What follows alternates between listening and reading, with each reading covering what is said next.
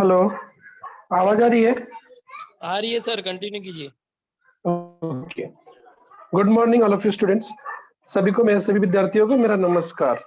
मैं new Sion municipal secondary school से आज मैं आपको साइंस पेपर में क्वेश्चन नंबर 1B के बारे में डिस्कस करेंगे। क्वेश्चन नंबर 1B में रिक्त स्थान की पूर्ति करो, इन प्रश्नों को छोड़ करके बाकी सारे प्रश्न पूछे जाते हैं। जैसे पहला पूछा जाता है असंगत घटक पहचानो, दूसरा सहसंबंध पहचानो, तीसरा उचित जोड़ियां मिलाओ, और चौथा असत्य असत, और पांचवा केवल नाम लिखो या फिर उदाहरण बताओ, या फिर एक वाक्य में आंसर लिखने के लिए पूछा जाता है। तो हम लोग थोड़ा पेपर देख लेते हैं। इस साल का नमूना है।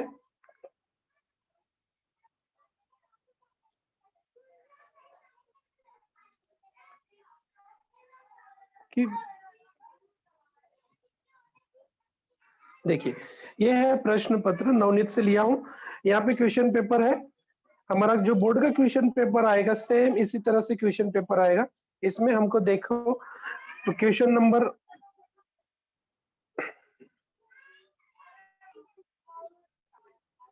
क्वेश्चन नंबर 1A में सारे रिक्त स्थानों की पूर्ति करो, इन यही चीज दिया गया है। और क्वेश्चन नंबर B देखिए, क्वेश्चन नंबर 1 का B प्रश्न,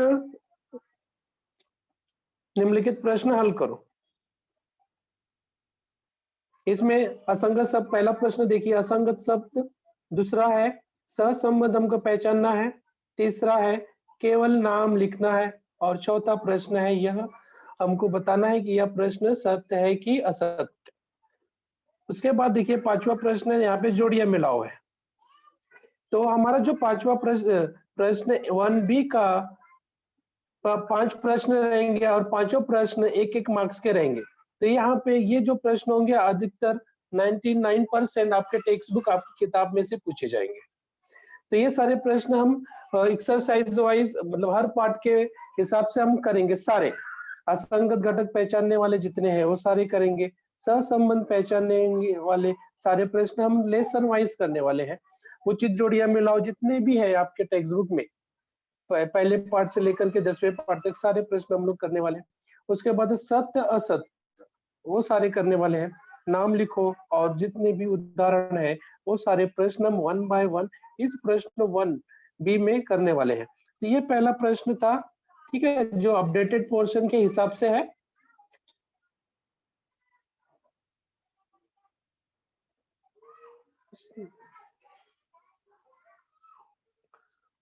देखिए पहले पेपर में हो गया था, दूसरा पेपर भी देख लीजिए। दूसरे पेपर में भी है, ये दूसरा पेपर है सेम। पहला ही प्रश्न आया है असंगत शब्द पहचानिए, दूसरा प्रश्न आया है सहसंबंध पहचानना है, तीसरा प्रश्न है जोड़ियां मिलाओ, चौथा प्रश्न देखिए यहाँ पे हमको एक नाम लिखना है। नीचे दिए कथन में वर्णन की गई आपदा का नाम लिखो। पांचवा प्रश्न है सत्य और असत्य। तो कहने का अर्थ ये, जो जितने भी पेपर हम देखेंगे सारे प्रश्नों में हमें इसी तरह का एक पैटर्न मिलेगा।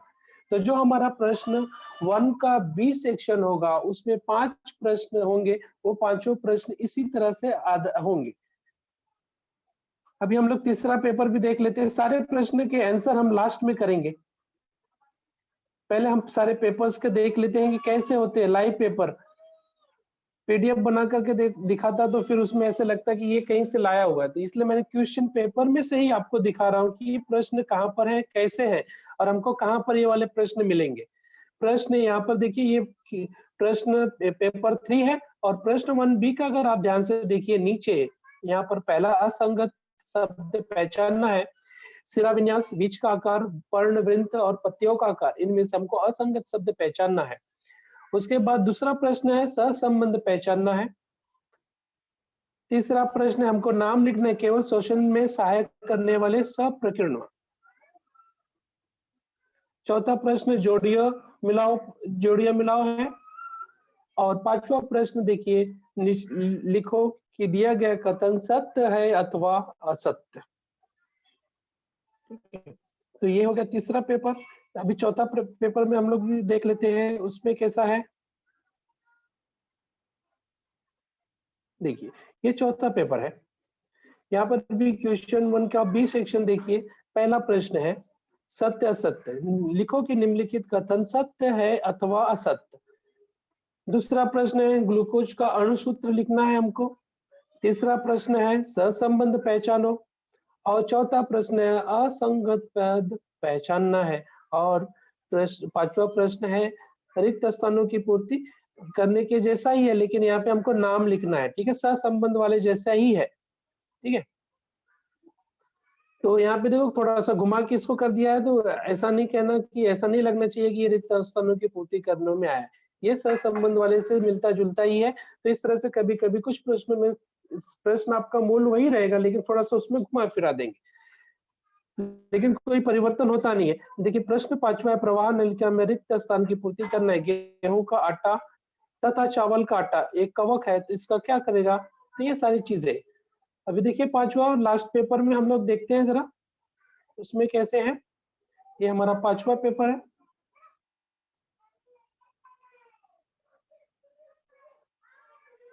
देखिए प्रश्न ये पांचवा पेपर में प्रश्न 1 का बी, निम्नलिखित प्रश्नों के उत्तर लिखने हैं। इसमें पहला है असंगत शब्द पहचानना, गाजर मूली आलू और शकरकंद। ठीक है, उसके बाद दूसरा प्रश्न है सहसंबंध हमको पहचानना है, गुणसूत्रों का वलीभवन, पूर्ण अवस्था, तंतु तुर्क तंतु की निर्मिति। उसके बाद तीसरा प्रश्न है आपको इस प्राणी जो आपको आकृति दिख रही है, ये तितली की आकृति है, लेकिन इसमें हमको प्राणी का संघ का नाम लिखना है, सिर्फ एक नाम लिखना है। हो गया। उसके बाद चौथा प्रश्न है लिखो कि निम्नलिखित कथन सत्य है अथवा असत्य। नारियों प्राणियों के शरीर में विशिष्ट प्रकार की कॉलर कोशिकाएं होती है, यह सत्य है कि असत्य है। उसके बाद पांचवा प्रश्न है हमको जोड़ियां मिलाना है, डॉक्टर एम.एस. स्वामीनाथन किस क्रांति से संबंधित है। ठीक है, तो इस तरह से अगर हम पांचों पेपर का एनालिसिस करेंगे, जो भी हमने पांचों पेपर, ये जो इस साल का अपडेटेड पोर्शन है हमने नवनीत से लिया गया है, तो यहाँ पर देखिए इन पांचों प्रश्न में, पांचों पेपर में जो प्रश्न पहला था वह 5 नंबर के लिए है, वह आपको रिक्त स्थानों की पूर्ति है आएगा। और जो बी सेक्शन रहेगा क्वेश्चन नंबर 1 का बी, उसमें आपको रिक्त स्थानों पूर्ति नहीं पूछा जाएगा, उसमें पूछा जाएगा असंगत घटक पहचानो, सहसंबंध पहचानो, उचित जोड़ियां मिलाओ, सत्य और असत्य, और पांचवा केवल नाम लिखो, उदाहरण बताओ। तो इन पांचों पेपर के सारे आंसर हम लोग करेंगे, लेकिन लास्ट में करेंगे। ठीक है, तो अभी हम लोग आ जाइए लेसन वाइज देखते हैं कि कैसे क्या है। तो सबसे पहले हम लोग देखने वाला असंगत घटक पहचानो।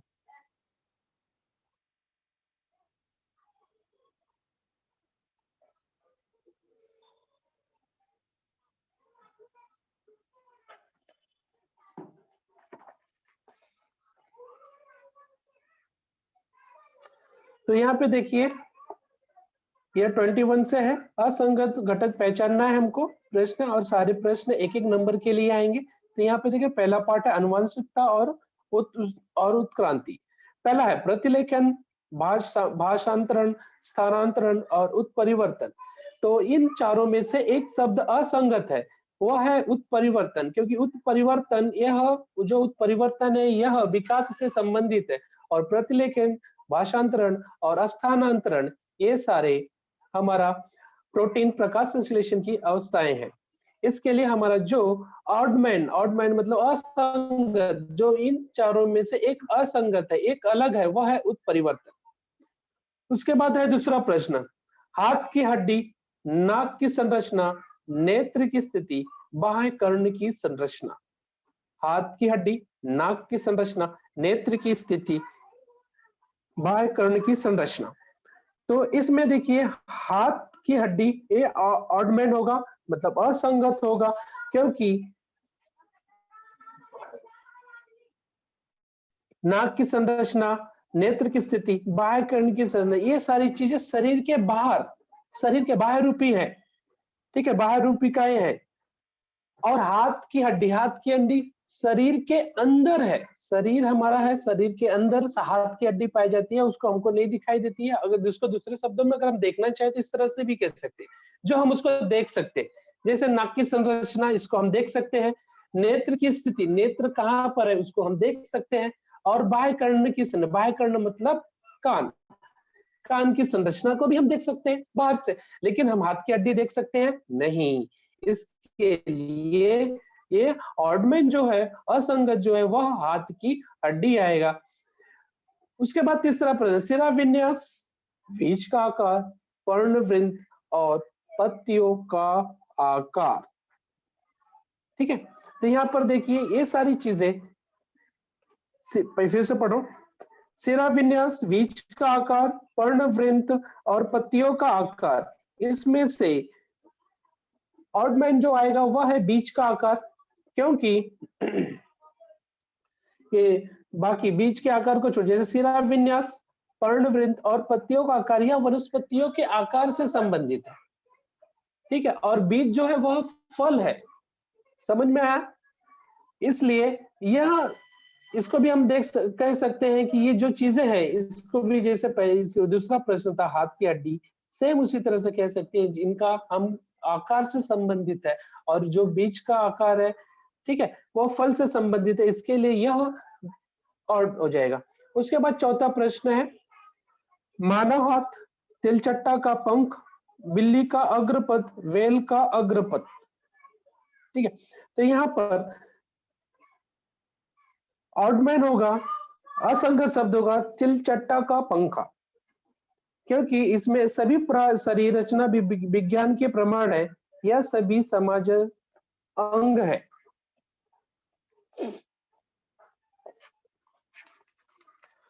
उसके बाद दूसरे पार्ट में है सजीवों में जीवन प्रक्रिया भागे। पहला वाला है, पहला प्रश्न है, प्रोजेस्टेरॉन, एस्ट्रोजन, टेस्टोस्टेरॉन, इंसुलिन। ठीक है, ये सारी चीजें देखिए यहाँ पे, प्रोजेस्टेरॉन, एस्ट्रोजन, टेस्टोस्टेरॉन, ये सारी चीजें में से इंसुलिन सबसे अलग है, क्योंकि इंसुलिन मधुमेह एक अम्ल है, एक वसा, एक हार्मोन्स है। हार्मोन्स तो सभी है, लेकिन इंसुलिन अन्य सभी वसा अम्ल से उत्पन्न हार्मोन्स है। ठीक है, जो इंसुलिन है वो अम्ल से निर्मित हार्मोन्स नहीं है, इसके लिए यह सबसे अलग है। उसके बाद एक्टिन, आसिन, मायोसिन, मेलेनिन, मेलेनिन। ठीक है, तो इन चारों में से एक्टिन, आसिन, मायोसिन, मेलेनिन, मेलेनिन, इन चारों में से मेलेनिन असंगत है, क्योंकि मेलेनिन के वजह से ही शरीर को रंग मिलता है। अन्य सभी प्रोटीन शरीर के हलचल से संबंधित है। ठीक है, मेलेनिन किससे संबंधित है? शरीर की में हमारा जो, हम जो गोरे होते हैं, काले होते हैं, वो मेलेनिन होता है। मेलेनिन के कारण ही हम गोरे, काले ऐसे होते हैं। अगर मेलेनिन की मात्रा ज्यादा है शरीर में तो हम काले होंगे, मेलेनिन की मात्रा बहुत कम है तो हम गोरे हो जाएंगे। ठीक है, जैसे हम उत्तरी गोलार्ध की तरफ बढ़ते हैं तो उस तरफ वहां पे ठंडा मौसम होता है और वहां पर गोरे लोग पाए जाते हैं। जैसे हम विषुवत रेखा के करीब आते हैं, वहां पे बहुत ही काले लोग होते हैं। हमको तो पता ही है, सूर्य के कारण ये होता है, क्योंकि वहां पे विषुवत रेखा के करीब बहुत गर्मी होती है, सूर्य की सीधी रेखाएं पड़ती है और साल भर पड़ती है, और उत्तरी गोलार्ध की तरफ कम रोशनी पड़ती है, इसके कारण। और एक कारण था, गोरे और काले जो रंग होता है शरीर में, वह मेलेनिन के कारण होता है।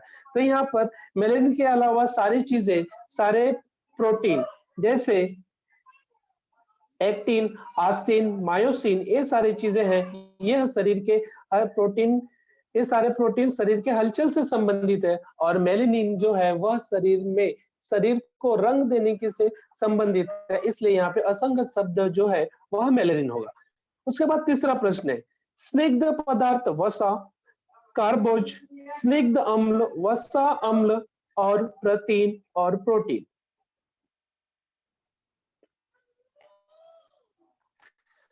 तो इसमें असंगत शब्द जो है वह स्निग्ध अम्ल, वसा अम्ल है, क्योंकि अन्य सभी घटक खाद्य पदार्थों के पोषक द्रव्य है। जो भी हम खाते हैं उन सभी के ये सारे स्निग्ध पदार्थ, कार्बोज और प्रोटीन प्रोटीन ये सारे उसके पोषक तत्व है। और स्निग्ध जो अम्ल है, वसा अम्ल है, यह पोषक विलेयक द्रव है, अम्ल है। तो स्निग्ध अम्ल जो है वह विलेय पोषक द्रव होने के कारण ये यहाँ पर असंगत है।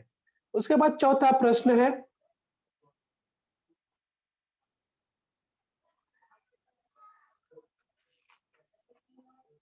अल्कोहल, सिरका, पायरुवीय अम्ल और लैक्टिक अम्ल। यहाँ पे देखिए, यहाँ पे अल्कोहल, सिरका, पायरुविक अम्ल और लैक्टिक अम्ल, इन सभी चारों में से सभी पायरुविक अम्ल को छोड़कर एक प्रकार के किण्वन करने वाले पदार्थ, रासायनिक पदार्थ है। इसके लिए पायरुवीय अम्ल जो है वह असंगत है। उसके बाद है पांचवा, ट्राइकार्बोक्सिलिक अम्ल, साइट्रिक अम्ल, क्रेब चक्र, एम्बेडेन, मेयरहॉफ, पर्नस पाथवे, जिसको EMP पाथवे भी कहते हैं। इन चारों में से एम्बेडेन, मेयरहॉफ, पर्नस, हाथवे ये है, क्योंकि सभी अन्य सभी पद एक दूसरे के समानार्थी शब्द है, मतलब एक ही साइकिल, मतलब कार्बोक्सिलिक अम्ल के ही अलग अलग रूप है।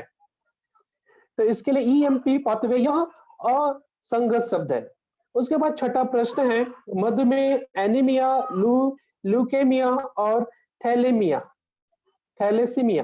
ठीक है, तो यहाँ पर अन्य देखो, यहाँ पे मधुमेह यहाँ पर असंगत है, क्योंकि जो मधुमेह है यह रक्त कोशिका से संबंधित होता है और बाकी चीजें नहीं। तो यहाँ पे मधुमेह जो है वह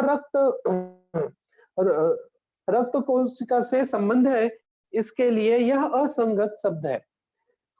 तो इस तरह से दूसरे पार्ट का हो गया। तीसरे पार्ट में है सजीव में जीवन प्रक्रिया भाग 2। इसमें पहला प्रश्न है, देखिए पहला है रक्त परिसंचरण, उत्सर्जन, संवेदन और प्रजनन। ठीक है, ठीक है, तो यहाँ पे देखो रक्त परिसंचरण, ठीक है, उत्सर्जन, संवेदन और प्रजनन, इनमें से प्रजनन सबसे अलग है, असंगत शब्द है, क्योंकि प्रजनन पुनरुत्पादन मतलब नई पीढ़ी जन्म देने के लिए होता है, जबकि रक्त परिसंचरण, उत्सर्जन और संवेदन ये तीनों चीजें जीवन जीने के लिए क्रियाएं हैं, जीवन जीने की प्रक्रियाएं हैं। रक्त शरीर के अंदर अगर रक्त परिसंचरण नहीं होगा तो हम जीवित नहीं रहेंगे, अगर उत्सर्जन की प्रक्रिया नहीं होगी या फिर संवेदन की प्रक्रिया नहीं होगी, ये तो यहाँ हमारे जीवन जीने की प्रक्रियाएं हैं। ठीक है, तो इसके लिए प्रजनन क्या है, नई पीढ़ी जन्म लेती है, इसके लिए यहाँ पे ये प्रजनन असंगत शब्द है। यहाँ पर अन्य सभी जीवन प्रक्रियाएं जीवन को जीवित रहने के लिए आवश्यक है, और प्रजनन क्या है, नया जीवन देती है। और यहाँ पे रक्त परिसंचरण, उत्सर्जन और संवेदन, ये तीनों चीजें जीवन को जीव में जरूरी है, अगर इनमें से कोई एक चीज ना हो तो फिर जीवन संभव नहीं है। उसके बाद है दूसरा प्रश्न, मुकुलन, पुनर्जनन, द्विविभाजन और खंडीभवन। इसमें द्विविभाजन असंगत शब्द है, द्विविभाजन क्योंकि अन्य सभी बहुकोशिकाएं सजीवों की अलैंगिक प्रजनन की विभिन्न पद्धतियां हैं। जो द्विविभाजन है यह लैंगिक प्रजनन में आता है, याद रखना, इंपॉर्टेंट क्वेश्चन है। मुकुलन, पुनर्जनन, द्विविभाजन और खंडीभवन, तो इनमें असंगत शब्द है द्विविभाजन। द्विविभाजन क्योंकि यह लैंगिक प्रजनन से संबंधित है, जबकि मुकुलन, पुनर्जनन, खंडीभवन यह अलैंगिक प्रजनन से संबंधित होने के कारण इसमें असंगत शब्द है द्विविभाजन। उसके बाद तीसरा प्रश्न है, गाजर, मूली, आलू, शकरकंद। गाजर, मूली, आलू, शकरकंद, इसमें आलू असंगत शब्द है। ठीक है, क्योंकि गाजर, मूली और शकरकंद ये सारी चीजें पेड़ की जड़ है, और आलू जो है वह फल है। ठीक है, इसलिए यहाँ पर असंगत शब्द जो है वह आलू है। गाजर भी जड़ है, मूली भी जड़ है और शकरकंद जो होता है वह भी जड़ है। आलू जो है वह जड़ नहीं है, वह फल है। इसलिए यहाँ पर असंगत शब्द जो आएगा वह है आलू, क्योंकि बाकी तीनों गाजर, मूली, शकरकंद ये तीनों चीजें जड़ है इसके लिए। उसके बाद है चौथा प्रश्न, अपवाहिनी, प्रोस्टेट ग्रंथि, अधिविष्ण, शुक्र नलिका। इसमें प्रोस्टेट ग्रंथि असंगत है, क्योंकि प्रोस्टेट ग्रंथि को छोड़कर अपवाहिनी, अधिविष्ण, शुक्र नलिका ये सारी चीजें पुरुष प्रजनन संस्थान की से संबंधित है। पुरुष या ये भी कह सकते हैं पुरुष प्रजनन संस्थान के अंग है। उसके बाद पांचवा प्रश्न है, प्रोस्टेट ग्रंथि, बार्थोलिन ग्रंथि, काउपर ग्रंथि और शुक्र नलिका। इसमें भी असंगत शब्द जो है वह है बार्थोलिन, क्योंकि बाकी सारे ग्रंथि जो है प्रोस्टेट ग्रंथि, काउपर ग्रंथि ये सारी चीजें पुरुष प्रजनन संस्थान के अंग है। उसके बाद छठा प्रश्न है,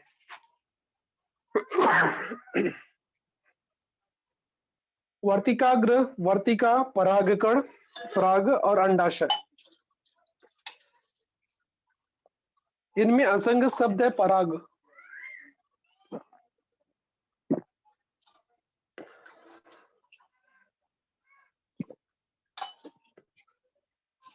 क्योंकि देखिए यहाँ पे वर्तिकाग्र और वर्तिका, पराग और अंडाशय, जैसे इंसानों में मेल और फीमेल होते हैं वैसे पुष्पों में भी मेल फूल, फीमेल फूल होते हैं। कुछ फूलों में दोनों ही साथ में होते हैं।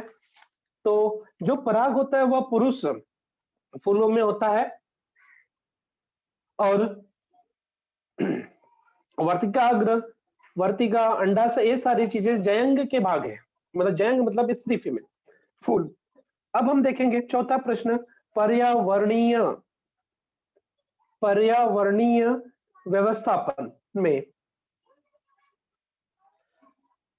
पहला है भोपाल, दूसरा है चेरनोबिल, तीसरा है डिस्केवल, 3 माइकल आइलैंड्स। तो इसमें है असंगत शब्द है भोपाल, क्योंकि बाकी तीनों स्थान जैसे Chernobyl, wind scale, 3 miles island ये सारी चीजें ये तीनों जगह रेडियो धर्मी विकिरण के से प्रभावित हुए थे। भोपाल में गैस ट्रेजेडी हुई थी, गैस दुर्घटना हुई थी, और बाकी तीनों में जैसे Chernobyl, wind scale, 3 miles island यहाँ सभी पर न्यूक्लियर मतलब रेडियोधर्मी विकिरण की दुर्घटनाएं हुई थी। तो भोपाल में गैस दुर्घटना हुई थी, इसलिए इन चारों में से भोपाल असंगत शब्द है। उसके बाद है मानस अभ्यारण्य, पश्चिम घाट, सुंदरबन अभ्यारण्य, ताडोबा राष्ट्रीय उद्यान।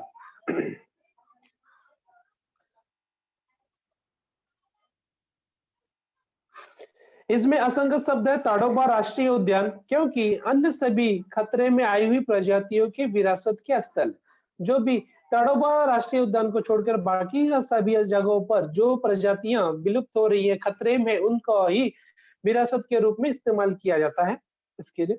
उसके बाद तीसरा है सिंह जैसे मूछे वाले, जिसको लायन डेल्ट कहते हैं, बंदर। उसके बाद सफेद चूहा, कस्तूरी मृग, पट्टे वाले बाघ। इसमें सबसे अलग है वह है सफेद चूहा।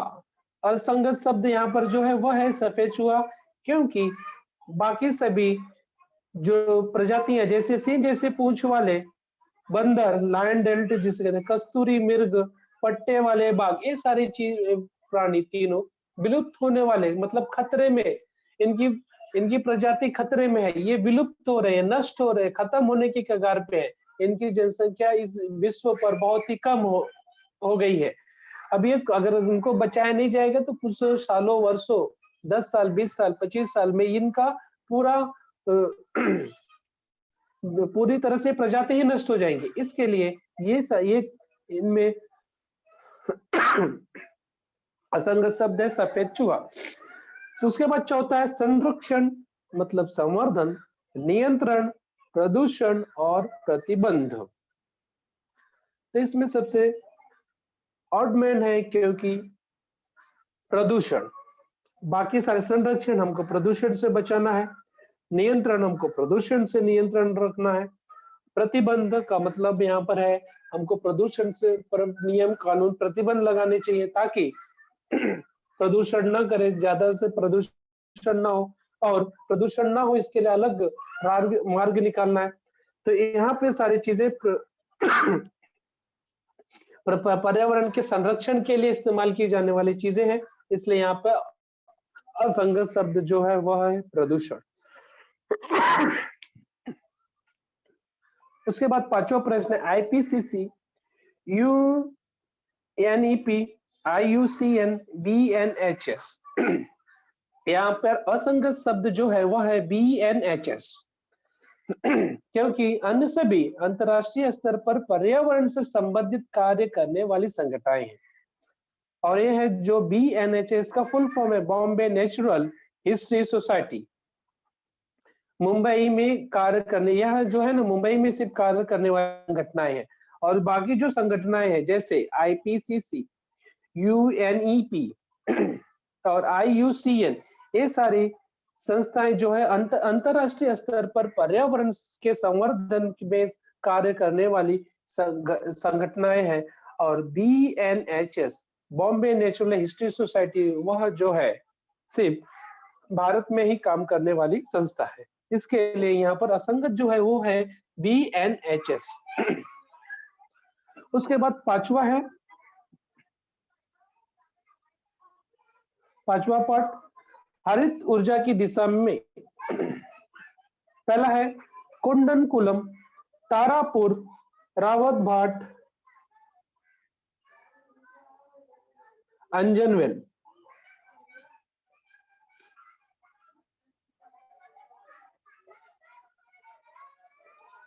कुंडनकुलम, तारापुर, रावतभाटा, अंजनवेल। यहाँ पे सबसे अलग है अंजनवेल, क्योंकि अंजनवेल छोड़ करके बाकी तीनों जगह जैसे कुंडनकुलम, तारापुर, रावतभाटा, ये सारी चीजें परमाणु विद्युत केंद्र है। यहाँ पर बिजली का निर्माण किया जाता है परमाणु पदार्थों का इस्तेमाल करके, जिसको हम परमाणु भट्टी भी कह सकते हैं।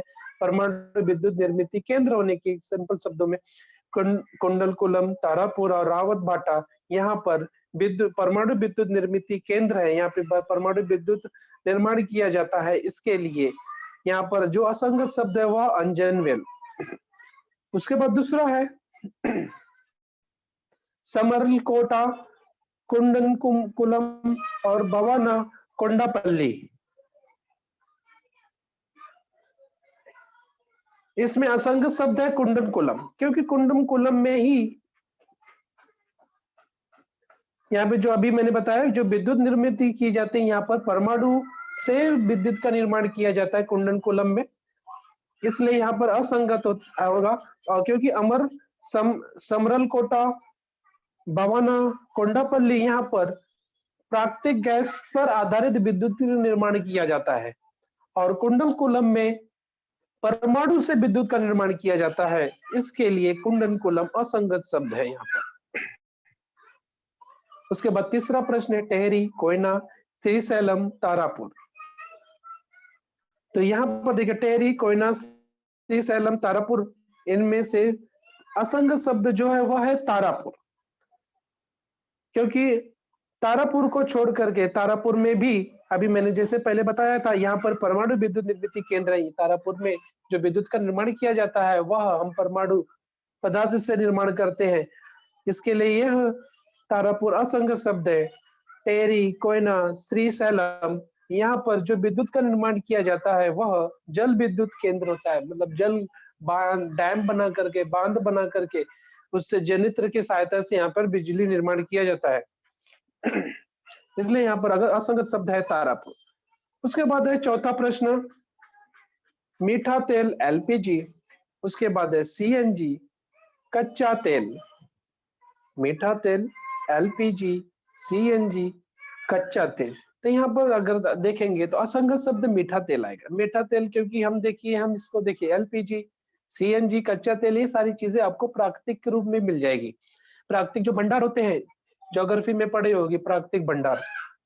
एलपीजी, सीएनजी, कच्चा तेल, इसे हमें जमीन में से, समुद्र में से खनन करके इसको निकाला जाता है पाइपों के माध्यम से। और ये जो मीठा तेल है इसको हमें मैन्युफैक्चर करते हैं, हम अपनी कंपनियों में इसको मैन्युफैक्चर करते हैं। तो यहाँ पर मीठा तेल जो है मानव निर्मित हो जाएगा, और एलपीजी, सीएनजी, कच्चा तेल, ये सारी चीजें जीवाश्म ईंधन हो जाएंगे, प्राकृतिक ईंधन भी कह सकते हैं। तो यहाँ पर असंगत शब्द जो आएगा वो है मीठा तेल। उसके बाद है परमाणु ऊर्जा, जल विद्युत, सौर ऊर्जा, परमाणु ऊर्जा, पवन ऊर्जा। पांचवा प्रश्न है जल विद्युत ऊर्जा, सौर ऊर्जा, परमाणु ऊर्जा, पवन ऊर्जा। ये तो बहुत ही आसान है, कोई भी बता सकता है। देखो जल विद्युत ऊर्जा, सौर ऊर्जा, परमाणु ऊर्जा, पवन ऊर्जा। देखो यहाँ पे जल विद्युत ऊर्जा जो है, जल की सहायता से हम बिजली का निर्माण करते हैं और पर्यावरण को किसी भी तरह का नुकसान नहीं होता। सौर ऊर्जा है, सोलर पैनल का इस्तेमाल करके सूर्य की रोशनी का हम विद्युतीय ऊर्जा में रूपांतरित करते हैं। और परमाणु ऊर्जा में परमाणु का इस्तेमाल करके जो यूरेनियम तत्व होते हैं उनका इस्तेमाल करके हम उसको सावधानी पूर्वक इस्तेमाल करते हैं। अगर वह सावधानी अगर ना हो रहे तो फिर वह हमारे लिए घातक हो जाएगी। जैसे जापान पर अमेरिका ने हिरोशिमा नागासाकी पर परमाणु बम ब्लास्ट किए थे, उस समय उसका प्रभाव आज तक दिखाई देता। उसी तरह से अगर वह जो परमाणु विस्फोट हुआ था वह नियंत्रित नहीं था, वह सामने वालों को हराने के लिए, उसका नुकसान करने के लिए किया गया था, इसलिए इतना घातक और विस्फोटक था। उसका परिणाम आज कई दशक बीत जाने के बाद भी हमको देखने को मिलता है। तो हम इस परमाणु ऊर्जा का इस्तेमाल तभी कर सकते हैं जब हम उसको नियंत्रित कर सकते हैं।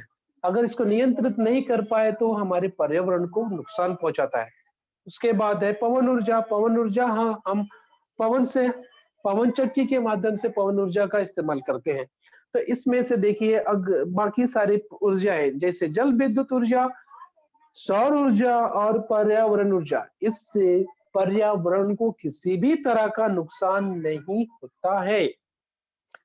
और परमाणु ऊर्जा, इससे पर्यावरण को नुकसान होता है, क्योंकि जहां पर परमाणु भट्टियां होती हैं, परमाणु विद्युत निर्मित केंद्र होते हैं, वहां पे परमाणु भट्टी होती है जहां पर इस परमाणु के विस्फोट को नियंत्रित किया जाता है और उस नियंत्रण के माध्यम से नियंत्रित करके उस बिजली का निर्माण किया जाता है। उसमें बहुत से पानी का इस्तेमाल किया जाता है, इतनी गर्मी पैदा होती है, उस प्लांट को ठंडा करना पड़ता है, फिर उस गर्म पानी को हम क्या करते हैं, समुद्र में छोड़ देते हैं।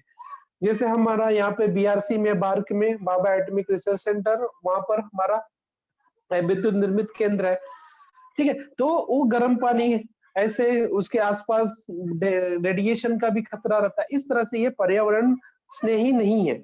इसके लिए यहाँ पर जल विद्युत ऊर्जा, सौर ऊर्जा, परमाणु ऊर्जा और पवन ऊर्जा में असंगत शब्द जो आएगा वह है परमाणु ऊर्जा, क्योंकि परमाणु ऊर्जा पर्यावरण स्नेही नहीं है, इससे पर्यावरण को नुकसान होता है।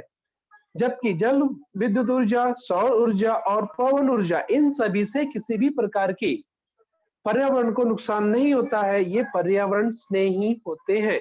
इसलिए यहाँ पर असंगत शब्द जो आएगा वह आएगा परमाणु ऊर्जा। उसके बाद छठा पार्ट है प्राणियों का वर्गीकरण।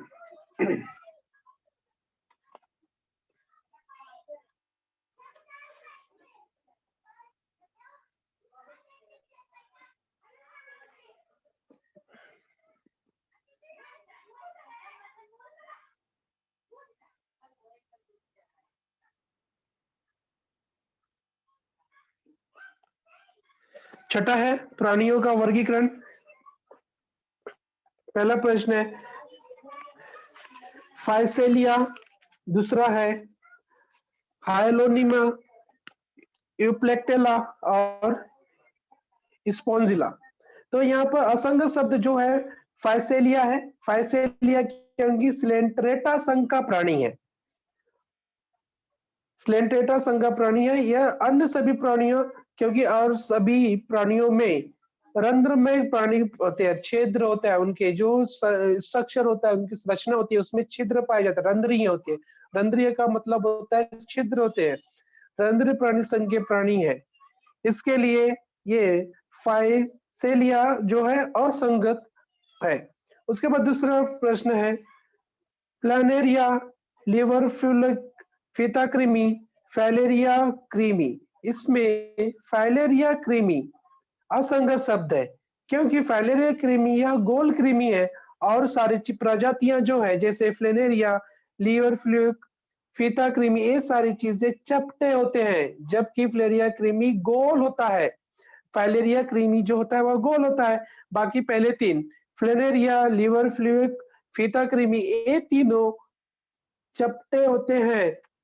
इसके लिए फाइलेरिया कृमि अलग होता है, असंगत है, क्योंकि यहाँ पर यह गोल कृमि की प्रजाति में है। तीसरा प्रश्न है सितारा मछली, सी अर्चिन, नेरिस, सी कंकुम्बर। इसमें असंगत शब्द है नेरिस, क्योंकि नेरिस सखंड कृमि प्राणी संघ का प्राणी है और जो बाकी जो प्राणी है वह कांटेदार त्वचा वाले प्राणी है। नेरिस जो है वह खंड होता है, कृमि खंड, ऐसे टुकड़े टुकड़े में होते हैं, शारीरिक रचना होती है। जैसे हम लोग घर पे जो तो क्या बोलते हैं उसको गोजर देखे हैं, वैसे खंड में सखंड कृमि जैसे होते हैं। इसलिए यहाँ पर जो है असंगत जो है वह है नेरिस। बाकी जो प्राणी है सी ककुम्बर, सी अर्चिन, सितारा मछली, ये सारे प्राणी कांटेदार त्वचा वाले प्राणी होते हैं। उसके बाद चौथा है तिलचट्टा, तितली, मकड़ी और मधुमक्खी। ये भी आसान है, हम आसानी से बता सकते हैं। देखिए यहाँ पे तिलचट्टा, तितली, मकड़ी और मधुमक्खी, इसको हम अगर ध्यान से ऐसे नॉर्मली भी देखेंगे तो हम इसको आसानी से पहचान सकते हैं कि ये कैसे अलग है। अगर देखो ध्यान से देखोगे तो इसको असंगत शब्द जो आएगा वो आएगा मकड़ी। बाकी जो तीनों हैं वो तितलियां, तिलचट्टा और मधुमक्खी, ये सारी चीजें उड़ते हैं, इसमें 8 पैर होते हैं, 8 पैरों वाले हैं। जबकि मकड़ी, जो मकड़ी है वह 8 पैरों वाला है और बाकी सारी चीजें वह सभी पैरों के 6 पैर हैं। ठीक है, मकड़ी अष्टपद 8 पैरों वाला संधिपद प्राणी है, अन्य सभी प्राणी संधिपाद कीटक है। अन्य सभी प्राणियों के 6 पैर हैं इसके लिए। उसके बाद है पांचवा प्रश्न एम्फियाक्सास, हार्डमानिया, डोलियोलम और आइकोप्ल्यूरा। इसमें है असंगत शब्द एम्फियाक्सा, ये और बाकी सभी इसमें पूछ संपृष्ठ रज्जु वाले प्राणी हैं। और जो है एम्फियाक्सास ये शीर्ष संपृष्ठ रज्जु वाला प्राणी है, इसके लिए इसमें असंगत शब्द जो है वह एम्फियाक्सास होगा। उसके बाद नेक्स्ट प्रश्न है मेढक, कछुआ, टोड, सेलेमेंडर। फिर से बोल रहा हूं, मेढक, कछुआ, टोड, सेलेमेंडर। तो इसमें असंगत शब्द जो है वह है कछुआ, क्योंकि कछुआ सरीसृप वर्ग का प्रणाली है यह। और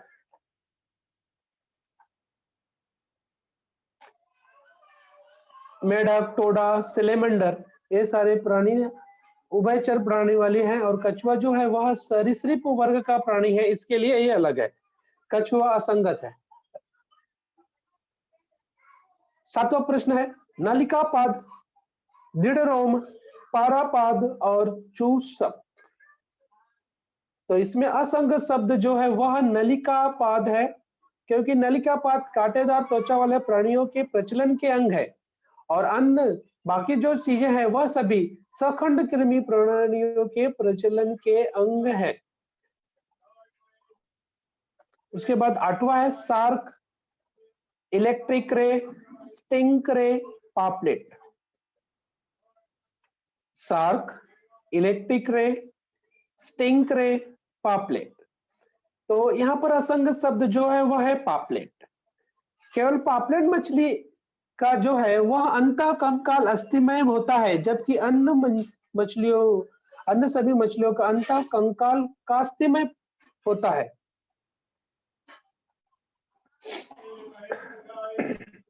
पापलेट जो है उसके अंदर आपको एक ही हड्डी मिलेगी और बाकी में देखिए और भी मिलेगी, इसीलिए उसको अस्तिमिक और कास्तिमीय कहते हैं। इसलिए यहाँ पे जो है असंगत शब्द जो आएगा वह आएगा पापलेट।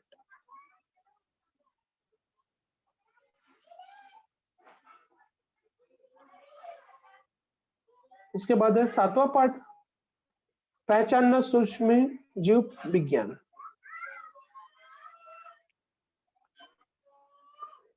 ये भी इंपॉर्टेंट लेसन है, पहचान सूक्ष्म जीव विज्ञान की। इसमें पहला प्रश्न है लैक्टोबैसिलस एसिडोफिलस लैक्टोबैसिलस कैसी bye डिफोबैक्टीरियम डाइफिडम स्ट्रेप्टोकस thermophilus.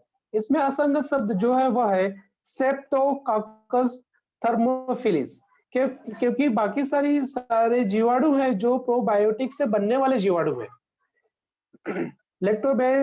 Lactobacillus acidophilus lactobacillus कैसी बायोबैक्टीरियम बाइफिडस, ये सारी चीजें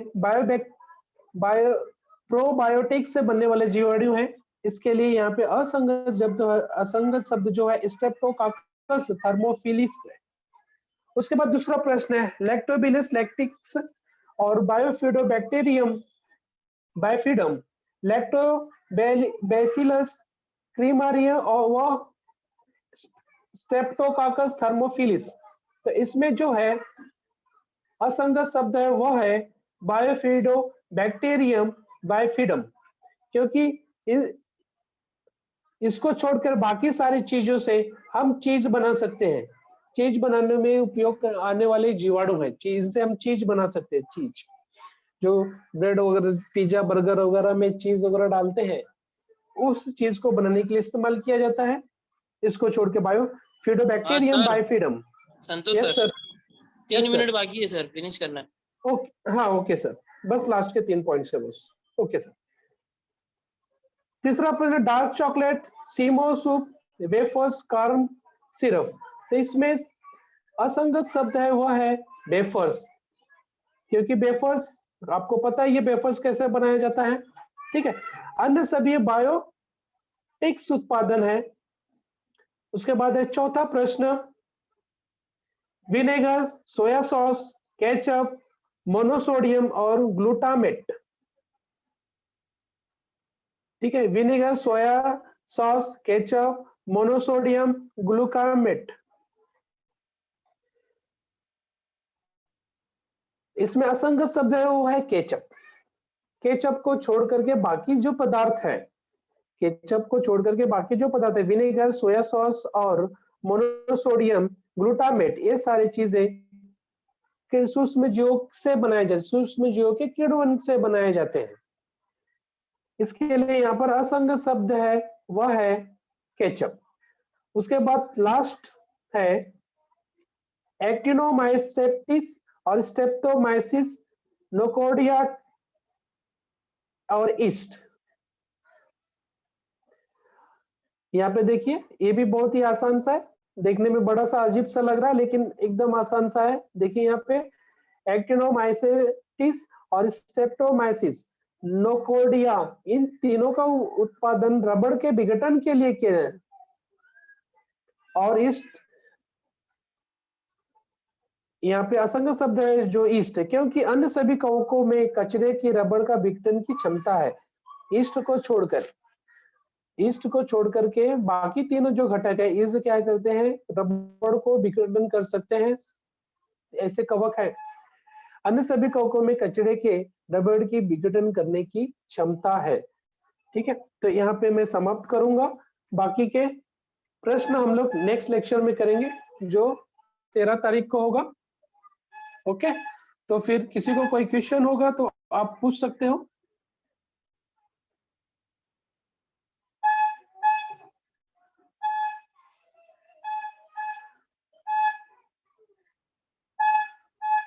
बच्चों किसी को प्रश्न हो तो हाथ उठाओ। किसी को कुछ पूछना है?